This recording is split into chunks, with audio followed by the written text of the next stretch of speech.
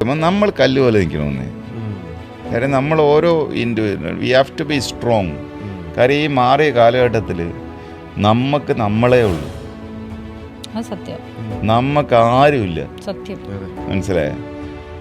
നമ്മളായിട്ട് കോട്ട തീർത്ത് നമ്മൾ നിൽക്കണം. അത് കൂടെ നിൽക്കുന്നവരാണ് ഏറ്റവും കൂടുതൽ.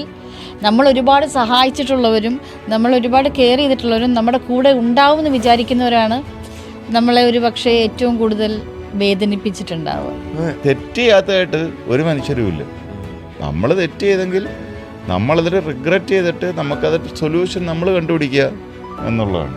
നമ്മുടെ ഇന്ന് തെറ്റ് വരാതിരിക്കാൻ വേണ്ടി നമ്മൾ മറ്റേ പിഞ്ചു കുഞ്ഞൊന്നുമല്ലല്ലോ. തെറ്റ് എല്ലാവരും ചെയ്യും. ആ തെറ്റിന് നമ്മൾ എങ്ങനെ റെക്ടിഫൈ ചെയ്തിട്ട് നമ്മുടെ ലൈഫിനകത്ത് മുമ്പോട്ട് പോവുക എന്നുള്ളതിനെ കുറിച്ച് ആലോചിക്കുക. അപ്പോഴത്തേക്ക് ഇവർ വന്ന് നമ്മളെ അടിച്ചമർത്താൻ ശ്രമിക്കുകയാണെന്നുണ്ടെങ്കിൽ ഡോണ്ട് കീപ്പ് എ ഡാം. അത് ഈ പറയുന്ന ഒരു കോട്ട കെട്ടി വെച്ചേക്കുക.